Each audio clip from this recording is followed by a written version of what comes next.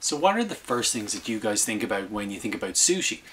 It's Japanese food, it's raw fish, it's rice, it's kind of some spices, some sauces or whatever, but all in all it's pretty boring, right?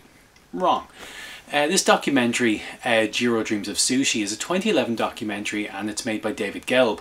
David Gelb went to Japan with the aim of looking at different sushi restaurants and sort of doing a documentary about sushi in general. But when he went to Jiro's restaurant, he realized that nowhere else in Tokyo was the art of sushi perfected in the way that it was perfected here.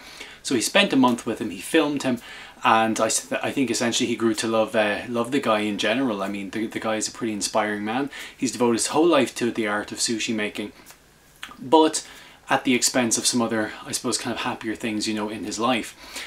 Jiro Dreams of Sushi tells the story of Jiro Ono, and he owns the Sukiyabashi Jiro in downtown Tokyo. It's a small little restaurant. It only seats 10 people, but it's got 3 Michelin stars. So, you know, in terms of, you know, that's basically, it's got more awards essentially than Daniel Day-Lewis. It is the premium sushi restaurant in the world, apparently. And this story basically tells the story of Jiro, who's 85. He has been making and crafting sushi, perfecting it for over 70 years. And he's got 2 sons, Yoshikazu and Takashi.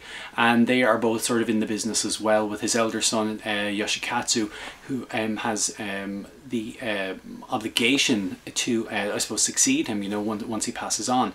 The documentary itself is it's very gentle, it's very patient, it's filmed in a very sort of subtle way.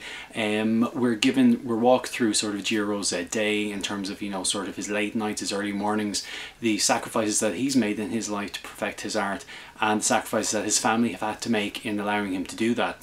The film overall is it's a very, as I said, a very quiet film. It's filmed in sort of a fly-on-the-wall documentary in terms of him serving food. We see how he treats his guests, you know, at the restaurant, how he tailors every meal to each individual person, be they male or female, and we get a bit of an insight into, I suppose, kind of a little-known world. For me anyway, like, I wouldn't really know an awful lot about sushi. I've tried it once or twice, but to me, it's the little bits of fish that go around in the conveyor belt, you know, in the restaurant or whatever, and I wouldn't think much more of it other than that. But I had to reevaluate it based on this. The documentary is quite short, it's only about an hour and 20 minutes long, but it gives an insight into a side of culture and Japanese culture, which is little known to us Westerners over here.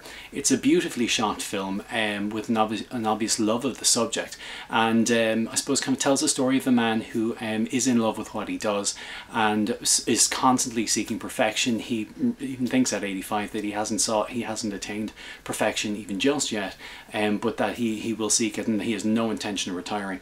I really liked the documentary. I thought it was very good. Check it out. I really enjoyed it. I give it about maybe 7 out of 10. It was a sweet little film, and it's certainly worth checking out.